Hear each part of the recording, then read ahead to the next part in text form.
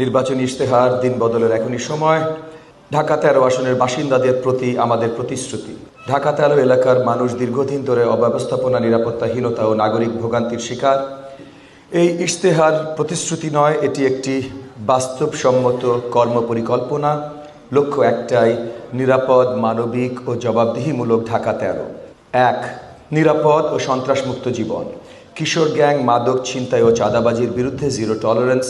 থানা, প্রশাসন ও কমিউনিটির সমন্বয়ে নিয়মিত অভিযান, কড়া নজরদারি ও নাগরিক অংশগ্রহণ নিশ্চিত করে মোহাম্মদপুর, আদাবর, শেরেবাংলা নগরকে নিরাপদ বসবাসযোগ্য এলাকা হিসেবে গড়ে তোলা হবে।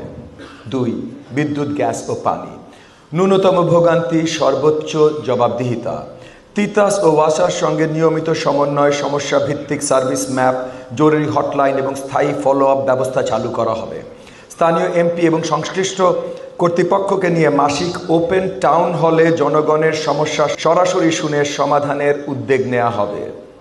3. রাস্তা ও ড্রেনেজ। সমস্যা নয়, সমাধানের অঙ্গীকার। ওয়ার্ড ভিত্তিক পরিকল্পনা ও নির্দিষ্ট সময়সীমার মধ্যে রাস্তা, ফুটপাত, কালভার্ট ও ড্রেনেজ উন্নয়ন করা হবে। জলাবদ্ধতা কমাতে কার্যকর ব্যবস্থা নেওয়া হবে এবং মাসে একবার অগ্রগতি প্রকাশ করে জবাবদিহিতা নিশ্চিত করা হবে। 4. খাল ও লেক। দূষণ নয়, নিরাপদ পানি ও দখলমুক্ত পরিবেশ।